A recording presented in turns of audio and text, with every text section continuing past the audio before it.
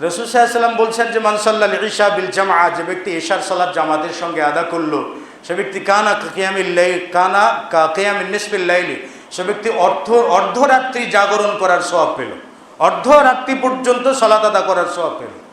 আর যে ব্যক্তি ফজরের সালাত জামাতের সঙ্গে আদা করলো কানা কা কিয়ামিল লাইলি কুল্লি, সে যেন পুরো রাত্রি জাগরণের সওয়াব পেল। এত ফজিলত, এটাতে আরও কত ফজিলত বলবো। ফজরের রয়েছে, আসরের রয়েছে, দুই সময় দুই ফেরেশতা, দুদল ফেরেশতারা নাজিল হয়, একটা ফজরের সময় আমলনামা উঠাবার জন্য আর একটা আসরের সময় আমলনামা উঠাবার জন্য। আল্লাহ তাআলার কাছে আমলনামা উঠিয়ে নিয়ে যায়। আল্লাহ তাআলা জিজ্ঞেস করেন আমার বান্দাদের কি অবস্থায় রেখে আসলে? তারা বলল ওহম মুসাল্লুন বা ওহম ইউসাল্লুন, তারা তো সালাত আদা করছে ইয়া রাব্বাল আলামিন। শুধু কি তাই, মসজিদে যদি আমরা আসতে পারি, প্রথম কাতারে সালাত আদা করতে পারি, অনেকগুলো ফজিলত রয়েছে, সময় হবে না। একটা ফজিলতের কথা বলবো, সেটা হলো মুসনাদ আহমদে হাদিসটা এসেছে, রাসূলুল্লাহ সাল্লাল্লাহু আলাইহি ওয়াসাল্লাম বলছেন ইন্নাল্লাহা ওয়া মালাইকাতাহু ইউসাল্লুনা আলাস সাফফিল আউয়াল, নিশ্চয়ই আল্লাহ তাআলা এবং ফেরেশতাগণ, সকল ফেরেশতারা ইউসাল্লুনা রহমত কামনা করে, দয়া কামনা করে সেই ব্যক্তিদের উপর যারা প্রথম কাতারে দাঁড়িয়ে সালাত পড়েছে, আলা সাফফিল আউয়াল, প্রথম কাতারে। সাহাবা ইকরামগণ বললেন ক্বালু ইয়া রাসূলুল্লাহ আলা সাফফিস সানি, ইয়া রাসূলুল্লাহ দ্বিতীয় কাতার? মানে সাহাবা ইকরামগণদের তো ভয় আছে যে আমরা কখনো কখনো তো দ্বিতীয় কাতার পাই, আমরা তো কাতারই পাই না, তোষক কম্বলের ভিতরে থাকতেই যায়। তো ইয়া রাসূলুল্লাহ আলা সাফফিস সানি, দ্বিতীয় কাতার। রাসূল সাল্লাল্লাহু আলাইহি ওয়াসাল্লাম আবারও বললেন ইন্নাল্লাহা ওয়া মালাইকাতাহু ইউসাল্লুনা আলাস সাফফিল আউয়াল, নিশ্চয় আল্লাহ তাআলা এবং ফেরেশতাগণ তারা রহমত কামনা করেন কার উপর? প্রথম কাতারের উপর। সাহাবা ইকরামগণ আবার বলেন ইয়া রাসূলুল্লাহ আলাস সাফফিস সানি, দ্বিতীয় কাতার নয়?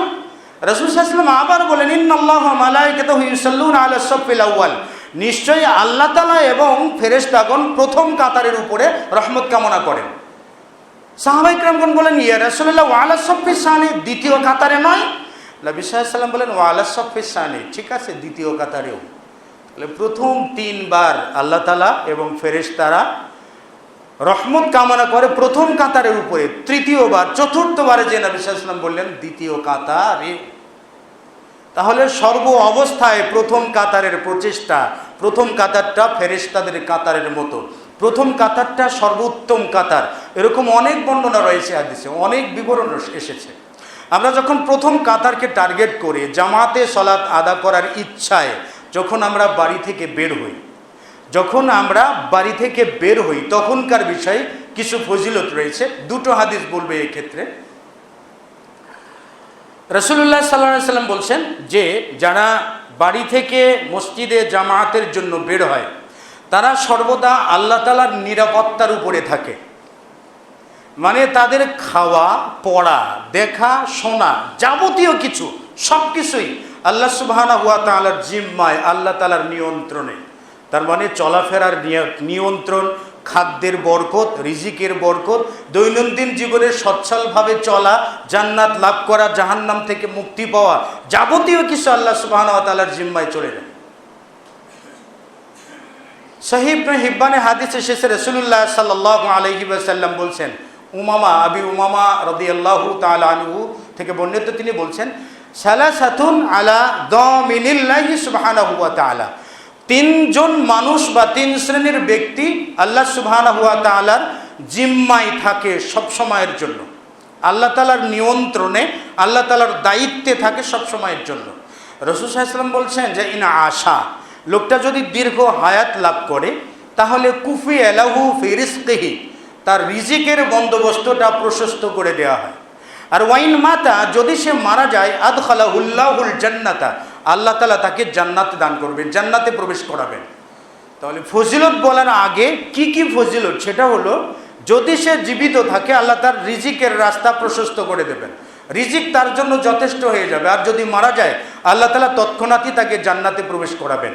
প্রথম ব্যক্তি হলো রাজুলুন দাখালাল বাইতা ফাসাল্লামা আলা আহলি বাইতিহি, ওই ব্যক্তি যে যখন বাড়িতে প্রবেশ করে, নিজের বাড়িতে প্রবেশ করে প্রথম আগে পরিবারের লোকজনদের উপর সালাম দেয়, আসসালামু আলাইকুম ওয়া রাহমাতুল্লাহ, এই যে সালাম দেয়, সে ব্যক্তি আল্লাহর জিম্মায় চলে গেল, আল্লাহ তাআলার নিয়ন্ত্রণে, আল্লাহ তাআলার দায়িত্বে চলে গেল। আচ্ছা বলুন তো, আমরা কি বাড়িতে যে সালাম দেই বাড়িতে যে ঢকঢক করে দুবার মেজাজ খারাপ, ওই দরজা খোলো না কেন, বাড়িতে কেউ নাই কিনা, মারা গেছে, হ্যাঁ ঝাড়ি দিব আমরা, কেন বলতে পারবো না আসসালামু আলাইকুম রহমতুল্লাহ, ঠকঠকের সঙ্গে আগে আসসালাম, তারপর ঠকঠক কলিং বেল ইত্যাদি তো আছে, তাই না?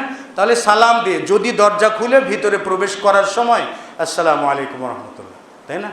তাহলে লাভটা কি হবে জানেন? নিজে আল্লাহর দায়িত্বে চলে গেলাম, আমার রিজিকের চিন্তা আল্লাহ তাআলার, মারা গেলে জান্নাত দেওয়ার চিন্তা আল্লাহ তাআলার, কিভাবে সচ্ছলভাবে চলবো সব জিম্মা আল্লাহ তাআলার, নিরাপত্তা কিভাবে সব জিম্মা আল্লাহ তাআলার। তাহলে আরেকটা লাভ দুনিয়াতে নগদে, বাড়িতে যখন প্রবেশ করি সালাম দেব, 5 দিন আমার সালাম পেয়ে আমার স্ত্রী বাধ্য হবে আমাকে সালাম দেবার জন্য যখন সে প্রবেশ করবে, আর আমি যখন 10 দিন সালাম দেব তখন আমার অবুঝ সন্তানরা সালামটাই শিখবে, টাটা ফাটা এগুলো শিখবে না, আমার সন্তানরা সালামটাই শিখবে। তাহলে পরিবারও শান্তি পাবে দুনিয়াতে। এটাই তো রিজিকের প্রশস্ততা, পারিবারিক নিরাপত্তা, শারীরিক নিরাপত্তা এটা। ওয়ারাজুলুন, আর দ্বিতীয় নম্বর ব্যক্তি হলো যে ব্যক্তি খরাজা ইলাল জামাআতি, যে মসজিদে জামাতবদ্ধভাবে সালাত আদা করার জন্য বেরিয়ে পড়ে, ফাহুয়া দামিনুন আলাল্লাহ, এ ব্যক্তিও আল্লাহ তাআলার জিম্মায় চলে গেল। 3 নম্বরে যে উদ্দেশ্য হলো এটা, যে জামাতের জন্য বেরিয়ে যায়, আল্লাহ তাআলা তার পুরো ব্যক্তির নিরাপত্তাটা, সার্বিক দায় দায়িত্বটা আল্লাহ সুবহানাহু ওয়া তাআলা নিয়ে নেন। আরেক ব্যক্তি হলো ওয়ারাজুলুন খারাজা ফি সাবিলিল্লাহ, যে ব্যক্তি আল্লাহর রাস্তায় একবার বেরিয়ে পড়েছে জিহাদ করার জন্য, আল্লাহর দ্বীনকে সর্বোচ্চ জায়গায় প্রতিষ্ঠিত করবার জন্য, যে ব্যক্তি একেবারে বাড়ি থেকে বেরিয়ে পড়েছে, সে ব্যক্তিও আল্লাহর জিম্মায়, আল্লাহর দায়িত্বে চলে যায়। তাহলে 5 ওয়াক্ত সালাতে জামাতের জন্য যিনি বের হবেন, তার জন্য আল্লাহ সুবহানাহু ওয়া তাআলা নিরাপত্তার ব্যবস্থা করেন। অনেকগুলো বর্ণনা রয়েছে, তার পাপগুলোকে আল্লাহ তাআলা মাফ করে দেন, আরও অনেকগুলো ফজিলত তার জন্য রয়েছে। তার মধ্যে একটা গুরুত্বপূর্ণ ফজিলত হলো তার ব্যাপারে ফেরেশতারা ঝগড়া করে, কি লিখবে না লিখবে এটা নিয়ে ঝগড়া করে, কে আগে লিখবে, কে আল্লাহ তাআলার কাছে আগে নিয়ে যাবে, এটা নিয়েও ঝগড়া করে।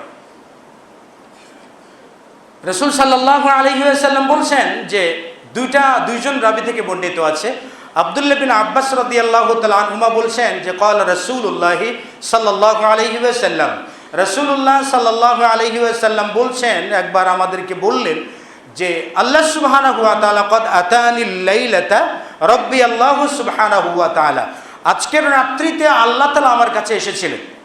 এটা আব্দুল্লাহ বিন আব্বাস রাদিয়াল্লাহু তাআলা আনহুমার বর্ণনায় এসেছে। তবে মুআজ বিন জাবাল বর্ণনা করছেন যে রাসূল সাল্লাল্লাহু আলাইহি ওয়াসাল্লাম একবার ফজরের সালাতে নবী সাল্লাল্লাহু আলাইহি ওয়াসাল্লাম আমাদের কাছে আসছেন না, মসজিদে আসছেন না। এমনকি আমরা দেখলাম যে কদ রাআইনা আইনা শামসি, এমনকি আমরা সূর্য উঠে যাবে এরকম একটা পরিবেশ দেখতে পেলাম, মানে সূর্যটা উদিত হওয়ার উপক্রম। তখন নবী সাল্লাল্লাহু আলাইহি ওয়াসাল্লাম ফাজাআন নবী সাল্লাল্লাহু আলাইহি ওয়াসাল্লাম সুরআন, নবী সাল্লাল্লাহু আলাইহি ওয়াসাল্লাম দ্রুত বেরিয়ে আসলেন বাড়ি থেকে।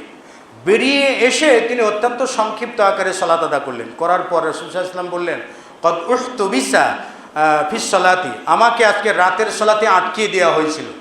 মানে নবী সাল্লাল্লাহু আলাইহি ওয়াসাল্লাম বলছেন আমি রাতের সালাত পড়তেছিলাম, পড়তে পড়তে তন্দ্রাচ্ছন্ন হলাম, এরপরে তন্দ্রাচ্ছন্ন হতে হতে ঘুমিয়ে পড়লাম। যখন আমি ঘুমিয়ে পড়লাম তখন আমি আমার রবকে দেখতে পেলাম।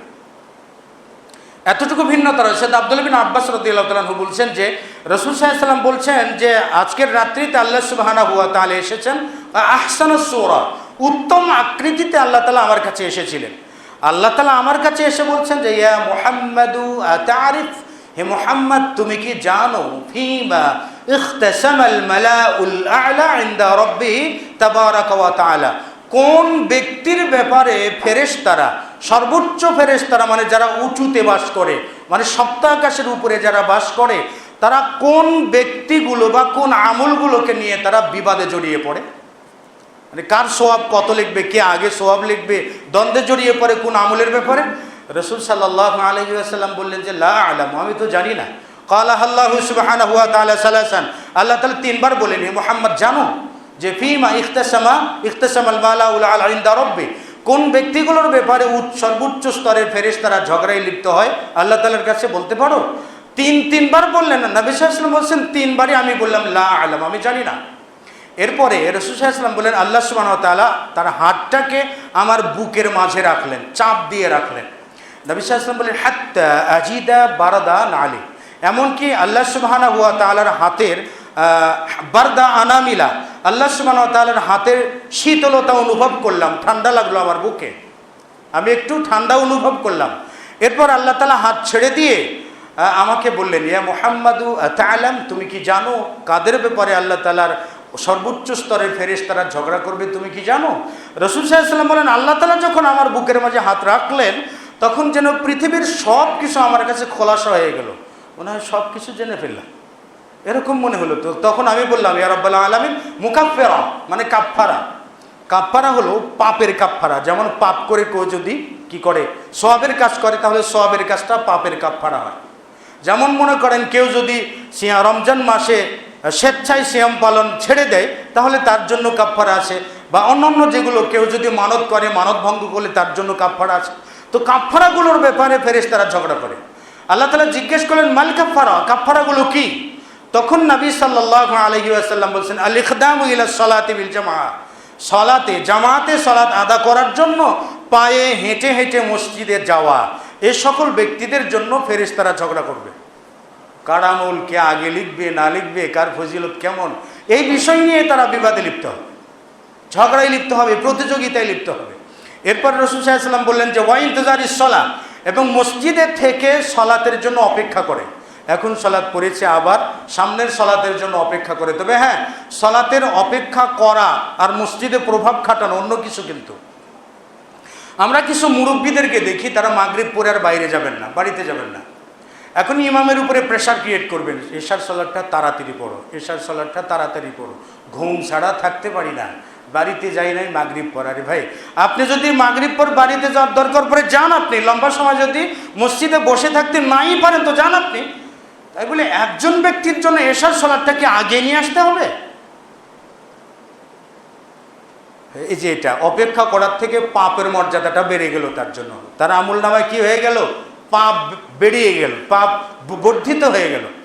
রাসূল সাল্লাল্লাহু আলাইহি ওয়াসাল্লাম বলছেন, যে ব্যক্তি মসজিদে সালাতের পরে বসে থাকে, আবু হুরায়রা রাদিয়াল্লাহু তাআলা আনহু বলছেন যে ইবনে আব্বাস থেকে বর্ণিত আছে, এক ব্যক্তি মসজিদ থেকে বেরিয়ে যাচ্ছিলেন সালাতের পরে, অন্য সালাতের আগে আগে মসজিদ থেকে বেরিয়ে যাচ্ছিলেন। তিনি লোকটাকে লক্ষ্য করে বলেন, কদ আসাল্লাহু ওয়া রাসূলা, এই লোকটা আল্লাহ এবং তার রাসূলের নাফরমানি করলো। তাহলে মসজিদে যদি কেউ অপেক্ষা করে, অন্য ওয়াক্তের আগে তিনি বাহিরেও বের হয়ে যেতে পারবেন না বাড়িতে, কারণ সামনের সালাতটা কি জামাতে কাজা হয়ে যেতে পারে। তাহলে ইন্তেজারের সালাত, যে ব্যক্তি সালাতের জন্য অপেক্ষা করে, এ ব্যক্তির আমলের জন্য ফেরেশতারা কি করে? প্রতিযোগিতা করে, একেবারে সর্বোচ্চ স্তরের ফেরেশতারা। এবং ওই ব্যক্তি, যে ব্যক্তি পরিপূর্ণরূপে ওযু করে কষ্টের দিনে, শীতের দিনে কষ্ট হয়, পানি নাড়তে ইচ্ছা করে না, সে সময় ঠান্ডা পানি দিয়ে উজু করে পূর্ণাঙ্গ রূপে, অজুতে কখনো কার্পণ্য করে না, অজুতে কখনো তাড়াহুড়া করে না, এ ব্যক্তির জন্য, যে মিসকিনকে খাদ্য খাওয়ায় তার জন্য। তো উদ্দেশ্য হলো, যে ব্যক্তি জামাতের জন্য বেরিয়ে যায়, অন্য বর্ণনায় এসেছে যে ব্যক্তি জামাতের জন্য বেরিয়ে যায়, প্রত্যেকটা কদম একটা করে পা ফেলবে, একটা পা ফেলার বিনিময়ে একটি করে পাপ আমলনামা থেকে মুছে যাবে, সে জায়গায় একটি করে সওয়াব লেখা হবে। যদি কোনো ব্যক্তি পরিপূর্ণরূপে উজু করে জামাতের দিকে বেরিয়ে আসে, খালি জামাতে সালাত পড়ারও ফজিলত রয়েছে, জামাতের দিকে আসারও ফজিলত রয়েছে, সামনের কাতারে সালাত পড়ারও ফজিলত রয়েছে, আবার 5 ওয়াক্ত সালাত পড়লে নিষ্পাপ হবে, তারও ফজিলত রয়েছে।